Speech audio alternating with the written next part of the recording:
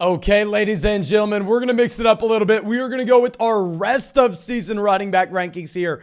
Honestly, very excited about this because Jonathan Taylor may or may not be at practice. So we maybe get to look like a fool again with this Jonathan Taylor ranking. But before we get into it, go down there, drop a like on this video, subscribe to the channel if you play fantasy football. If you have any questions, feel free to drop them down there in that comment section. And you know, in that comment section, you can find a link over to Underdog Fantasy. On Underdog Fantasy, you can check out all these cool player props. And when you sign up with promo code FLOCK, they're going to match your first deposit dollar for dollar up to $100. Available in damn near every state. My favorite line of the week is the PJ Walker to less than 181 passing yards. Come on, he's PJ Walker playing in a freaking hurricane. What are we talking about here? Well, let's go over and let's dive into these running back rankings. Starting off tier 1, we're going to go Christian McCaffrey. I mean, dear God. With CMC, look at what we had before the bye week. Christian McCaffrey, we tweeted this out, had more points as a passer than Derek Carr. He had more points as a rusher than Jonathan Taylor. He had more points as a receiver than Justin Jefferson in the one full week we've had him in San Francisco. Now, no, I don't think Christian McCaffrey is going to go through and break NFL records in San Fran. I would love to see it.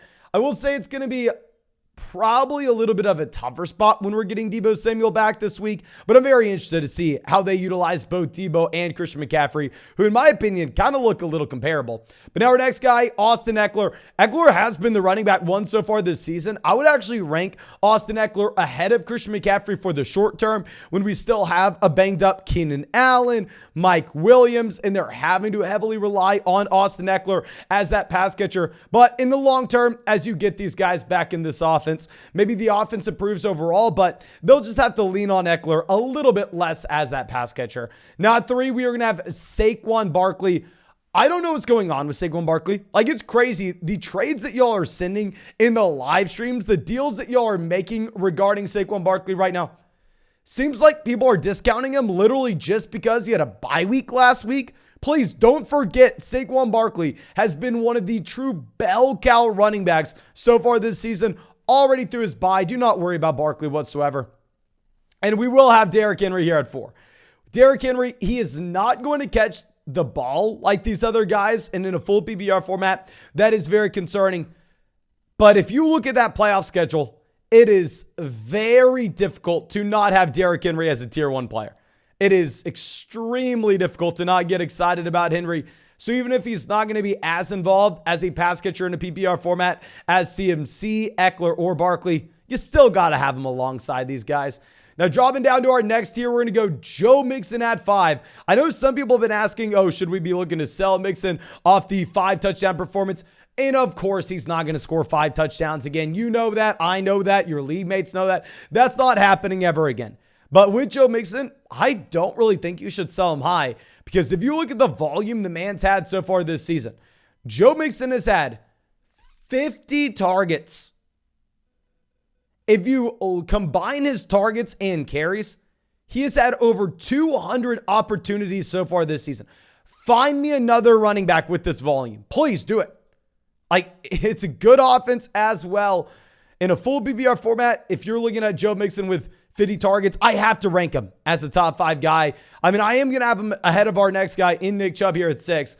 I mean, if you looked at our rankings a few weeks back, we had Nick Chubb in our rest of season rankings ahead of guys like Derrick Henry and Joe Mixon. That was with the possibility of a Kareem Hunt trade. Now that you know Kareem Hunt's in Cleveland, a little bit more difficult to put Nick Chubb up there as that tier 1 RB. And specifically in a PPR format, I would prefer having Mixon over him. Now we are going to go Travis Etienne at 7. If you're looking at Etienne over the past 3 weeks, 100 rushing yards, 100 rushing yards, 100 rushing yards. We know that he's phenomenal as a pass catcher as well. So with Travis Etienne, I mean, hell, he just looks like this generation's Alvin Kamara. That's all he looks like, in my opinion. I mean, with Travis Etienne, if you look at his player prop on a week-to-week basis, he's being priced in as if he is that tier 1 RB. We're going to have him in tier 2. I don't think he's proven himself over a large sample like Nick Chubb, like Joe Mixon have. But goddamn, he's an exciting running back. Now, dropping down to our next tier, we are going to be going with Kenneth Walker at 8. with Walker, my second most drafted running back in fantasy. And now we'll throw Josh Jacobs in here as well. I mean, our two most drafted running backs in fantasy here with Kenneth Walker and Josh Jacobs. I love our guys. You know, I'm going to continue to root for them. If we're talking about maybe trading for one of these players, Jacobs would be the guy that I'm going after, because if you're looking at the fantasy points scored on a per game basis of the running back position, Jacobs is still a top 5 running back so far this season. I understand over the past 2 weeks, it hasn't been great because the Las Vegas Raiders haven't been great, but prayers up that this offense turns it around, because we need some points from Josh Jacobs and Kenneth Walker. I think they're locked and loaded top 10 guys. But now going down to our next tier, we're going to have Alvin Kamara at 10. We've had a lot of questions regarding Alvin Kamara in the live streams as of late, specifically with the possibility of Alvin Kamara being suspended. Now take this with a grain of salt, because A, I'm not a lawyer. B, I have no inside information with the NFL. And C, I'm an idiot. So please don't just take my word for it. I am going to say that it's unlikely that Alvin Kamara were to see a suspension in 2022. Maybe he sees one at the beginning of 20. I don't know. And like I said, I'm fully ready to admit that I'm not a lawyer and I'm an idiot on top of this. I would love to know your opinion in the comment section on if you think Kamara is going to get suspended. I think just because that threat is looming over everyone's head, it will be difficult to rank Alvin Kamara as if nothing's happening here. Because, I mean, if you're going to offer me someone like Travis Etienne for, yeah, I'll just take the player that has no red flags. Now going down to our next guy, Ramondre Stevenson at 11. With Ramondre Stevenson, I mean, hell, we keep on saying, oh, Damian Harris, maybe he's going to come in. Maybe he's going to get 10 to 12 carries out of this backfield. Maybe Ramondre Stevenson is no longer that low-end RB1. And I don't know, because even this past week, you didn't have Ramondre Stevenson seeing every single touch out of his backfield. You had a little JJ Taylor. I mean, you had some other running backs mixing in, and Ramondre Stevenson was still dominant. If you look at running backs that have been able to total 125 carries and 35 targets, you have Saquon Barkley, Joe Mixon, and Ramondre Stevenson. End of list. I mean, I think we kind of have to rank him here as that low-end RB1, high-end RB2. Now, our next guy, Dalvin Cook at 12. With Dalvin Cook, been very good. Minnesota Vikings have been very good. You're getting Alexander Mattison mixing in some weeks. You have TJ Hawkinson now coming over. I feel like TJ Hawkinson is going to be stealing some of these touchdowns inside the red zone. Older running back, I mean, I think he's going to continue to score points. I think you can safely rank him as a low-end RB1. I mean, you know what? Actually, now that we look at this, I feel like Dalvin Cook should be moved to the top of this tier, especially if you didn't really have too much involvement from Alexander Mattison this past week. Yeah, we'll move Dalvin Cook to the top of this tier because I don't think the points per game difference between him and Kamara is going to be too much. And obviously, we don't have to worry about a Dalvin suspension.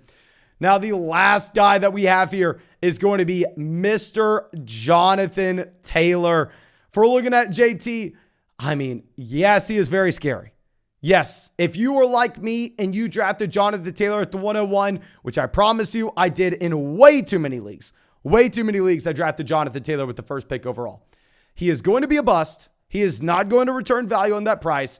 Probably not going to be a top 3 running back. Probably not going to be a top 5 running back rest of season. However, while he is very scary, while he clearly has some massive red flags, he still at the same time has a ceiling that is significantly higher than pretty much anybody beyond this.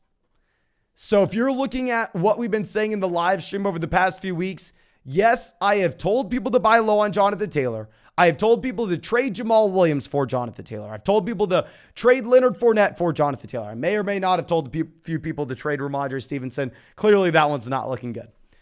I like buying the dip when he is at an all-time low price. I mean, he's back at practice.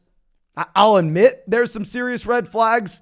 You don't have to be as risky as we tend to be in fantasy football.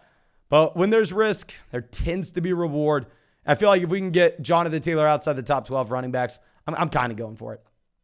Now, our next guy will be Dameon Pierce. And with Dameon Pierce, he just popped up on the injury report himself. Dealing with the shoulder, dealing with the chest. I mean, I'm a little bit worried about Pierce in that what are the Houston Texans playing for? The Houston Texans right now have the worst record in the NFL, despite all the Davis Mills truthers hating on us this offseason and saying, oh no, don't buy into Davis Mills. This is a CJ Stroud. This is a Bryce Young team in the long term. They're playing for CJ Stroud. They're playing for Bryce Young. They're playing for the first overall pick. I don't see why they would go through and play Dameon Pierce if he is banged up. I mean, this is kind of the same issue that you have with JT. The only difference is I would safely say that the Houston Texans are the worst team in the NFL. And on top of this, Dameon Pierce has not been catching the ball out of the backfield. He looks like a phenomenal running back, but there are clear red flags with him as well as someone like Jonathan Taylor. But now going over to our next guy, we are going to have Leonard Fournette. With Leonard Fournette, Rachaad White has continuously expanded his role in Tampa. With Leonard Fournette, he has been getting fewer receptions than what you saw earlier in the year. With Leonard Fournette, he doesn't look that effective. Blame it on the offensive line. Blame it on Tom Brady. Blame it on the coaching staff. Blame it on whatever you want. Facts are the facts. So I'm a little bit worried about Fournette. I think even though he's been a top 10 running back so far this season from a points per game perspective, I do want to drop him down a bit. Should be a good week, however, going up against the Seattle Seahawks. Now, our next guy, Aaron Jones at 16. The Green Bay Packers, straight up bad. Like, I don't really have much faith in the Green Bay Packers turning it around with Aaron Jones as well. This is a running back now dealing with the ankle injury. I know he's back at practice. I know Aaron Jones looks fine, but I see a 27, 28-year-old running back in a bad offense now dealing with an ankle injury. I think there's a red flag there, even though he's clearly a player that has a high ceiling. I mean, we've seen Aaron Jones go out there and be a top 3 running back in fantasy. I mean, we've seen him go through and have a very large role in this offense this year. I'm just a little worried. Now, our last guy in this tier, James Conner, 17. Hell, I'm going to be trading aggressively for James Conner. I think that if you're looking at James Conner, this is a running back that is sliding into that 3-down role for the Arizona Cardinals. The Cardinals aren't exactly good, but at the same time, they should get better as the season goes on. I think this offense will actually be respectable when we have Hollywood Brown, DeAndre Hopkins, Rondale Moore all healthy and together in this offense, as well as James Conner. I mean, while yes, Arizona's been very bad, while yes, there's reason to be concerned, we can at least admit that they've had so many injuries across this entire offense / suspensions that it kind of makes sense why they've started a little slow. But now going over to our next guy, we are going to have Cordell Patterson, my 3rd most drafted running back. We are getting him in the double-digit rounds of best ball drafts this offseason. With CPAT, I know his points per game is a little bit higher than this so far this season. Trust me. I mean, we're going to win a lot of money if Cordell Patterson is actually better than our ranking of him here. I'm rooting for it to happen. But to be fair, they did use Tyler Algier this past week. They did use Caleb Huntley. While I'm expecting their roles are going to shrink and Cordell Patterson's role is going to expand, I can at least be honest in saying he was used as a committee running back last week. He's in one of the worst offenses in the NFL. He's past 30 years old and he's at the running back position, suffered a knee injury earlier in the year. So I really like him. I'm really hoping that he exceeds this ranking. Trust me, I am. But I think that we can safely say, I mean, you have some positives, you have some negatives. I think he can be a mid running back too. Now, DeAndre Swift, and I don't really know what to say. We're going to say DeAndre Swift, throw our hands in the air, going, when the hell are they going to get this guy into his feature down role? When are we going to see DeAndre Swift used like Aaron Jones? I owe everybody a massive apology because, like I was saying, to buy the dip, buy the panic on Jonathan Taylor and to go through and trade away someone like Leonard Fournette for JT last week. For the past few weeks now, I've been saying to buy DeAndre Swift. I thought coming back from the injury, he was going to be a running back that was heavily involved as a pass catcher, that in a PPR format was going to be able to get there based off his receiving down role only. He played 10 snaps last week. I am very worried. I'm hoping that he's fully healthy very soon because if he is a running back that has an insanely high ceiling. Now, our last guy in this tier is going to be Miles Sanders. Miles Sanders, I mean, I feel like he has a significantly higher floor than anybody else here. Like, it's hard to talk about too many negatives with Sanders outside of the fact that when they get inside the red zone, for whatever reason, this coaching staff doesn't believe that Miles Sanders can handle a carry inside the 10. I swear Kenneth Gainwell's maybe had 10 touches so far this season, and 9 of those have been for touchdowns. Like, I don't know what's going on here. Obviously, you have Jalen Hurts vulturing rushing touchdowns as well. And because Jalen Hurts can run it, because he can chunk it down the field to A.J. Brown, you don't have a lot of dump-offs going in the direction of Miles Sanders. Extremely high floor, though. Now, our next guy in a long tier here is going to be Najee Harris at 20. So with Harris, there's a lot of rumors coming out, or I would say one big rumor coming out of Pittsburgh. And that is Jaylen Warren is going to have an expanded role in Pittsburgh going forward. They're going to be removing Najee Harris gradually from this offense, or maybe right away. While 100%, I think you can understand why. We've talked about the lack of big playability from Najee Harris since he came out of Alabama. We've talked about the lack of top-end athleticism. We've gotten screamed at in the comment section for it. Najee's not an athletic running back. Najee's not an efficient running back. I would still project, however, that these rumors are maybe just rumors, that maybe Najee is going to be able to hold on to this starting job. So I kind of stand by what we've been saying this week in the face of these rumors, that if we can use this as a clear bottoming out point with Najee Harris's price and maybe go through and trade for him as that low-end RB2, high-end RB3, it's somewhat appealing. Maybe Pittsburgh's a better offense going forward if Kenny Pickett can take a step up. Also, if you look at the schedule for Najee Harris so far this season, it has been the toughest schedule for any running back in fantasy. The fantasy football playoff schedule is actually pretty nice. So with Najee, if we can buy him as a low-end RB2, high-end RB3, I think we're going to go for it. But clearly, this is a name that nobody wants at this moment. Now, our next guy, David Montgomery, very comparable. We've been comparing these guys since before the season started. Bad offenses. Yes, Justin Fields is an elite fantasy option because of his rushing upside. The Chicago Bears, I still want to say, are a bad offense. Neither are top-end athletes, but what you do know is you're going to get volume, or at least we think we're going to get volume with these guys. We'll get to Khalil Herbert in just 1 second. Let's go over to our next guy, Jamal Williams, 22. Jamal Williams, going to be higher than this in our Week 10 rankings. Short term, Jamal Williams is much better. Long term, I still think DeAndre Swift is going to be able to expand his role. Maybe I'm buying into a narrative, and maybe I am overthinking this. Obviously, we're still ranking Jamal as a top 24 running back. He's still going to have that red zone role. I just don't know if Detroit's going to be able to support multiple high-end RB2s. Now, our next one, Tony Pollard and Ezekiel Elliott. We will go with them back-to-back here. I mean, I'm wishing that Pollard gets used a little bit more. I don't think it's going to happen, though, because if you look at what Jerry Jones has historically said, if you look at what he's historically done, he's buying into Ezekiel Elliott. I mean, this is a team that has such a good defense, though, that I think they can have two viable running backs inside the top 24 because they are just going to be able to run the ball in the second half. Now, our last two guys, Antonio Gibson and Jeff Wilson Jr.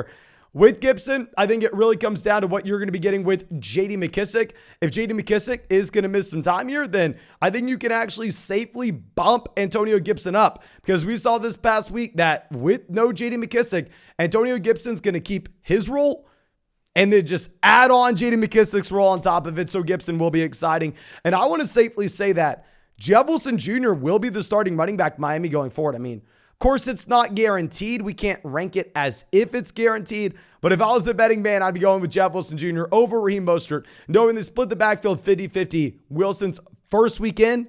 And at the same time, the man had, been with the team for like 4 days. I think he will expand his role. But now dropping down to our next tier, we are going to go with Kareem Hunt at 27. With Kareem Hunt here, this is a running back that's playing behind an elite offensive line. If we remove the 2 weeks where he's kind of on the trade block for the Cleveland Browns, you're looking at a running back that consistently gets literally like clockwork. 10, 11, 12 carries, 3 to 4 targets every single week. However, we have to rank him a little bit higher than just that volume, knowing that if you were to have an injury to Nick Chubb, obviously Kareem Hunt would be a league-winning player. With Khalil Herbert, same thing. I mean, I don't think you can be that excited about him on a week-to-week basis. But if you were to have an injury to David Montgomery, Khalil Herbert would be someone that is an auto start. You'll know he's been a sell-high guy for us for quite some time, because I've had a lot of people saying that he was going to be a running back coming through and taking over as the starter in Chicago. I'm still not buying that narrative. I still don't see where that's coming from. I know he's averaged 6 yards per carry, but I don't think Chicago's shown us anything to believe that. Now, our next guy, A.J. Dillon at 29. You'll notice all these players are comparable. They're running backs with small roles in their respective offenses. However, if the starter were to go down in front of them, then they have a massive ceiling. Like Michael Carter at 30 here is probably someone that if you check our week-to-week ranking, we are still going to have Carter ahead of these other players. But Carter doesn't have the same ceiling as these other guys. I think that Hunt, Herbert, Dillon could all very easily be top 10 running backs. I think in the case of Hunt and Dillon, maybe they could be top 5. where even if James Robinson were to go down, I have a hard time imagining Michael Carter reaching that same ceiling. So if you're just chasing the median projection, you probably have someone like Carter ahead of these players, but I'm trying to think about the entire range of outcomes. Now, our last running back, we will throw J.K. Dobbins in here. For some best ball leagues, I'm hoping that J.K. Dobbins comes in later in the season and takes back over the starting job in Baltimore. But who the hell knows? And I think that's all I got for you. Of course, thank you so much for checking out this video. If you enjoyed it, go down there, drop a like, subscribe to the channel if you play fantasy football. If you have any questions, feel free to drop them down there in the comment section. And in that comment section, you can find the link to Underdog Fantasy. Go check out Underdog Fantasy with promo code FLOCK. They're going to match your first deposit dollar for dollar up to $100. And I would personally be interested in taking that PJ Walker less than 181 receiving yards line. But thank you again. I appreciate you. I hope you have a great day, and I hope we get to see you in the live stream tonight.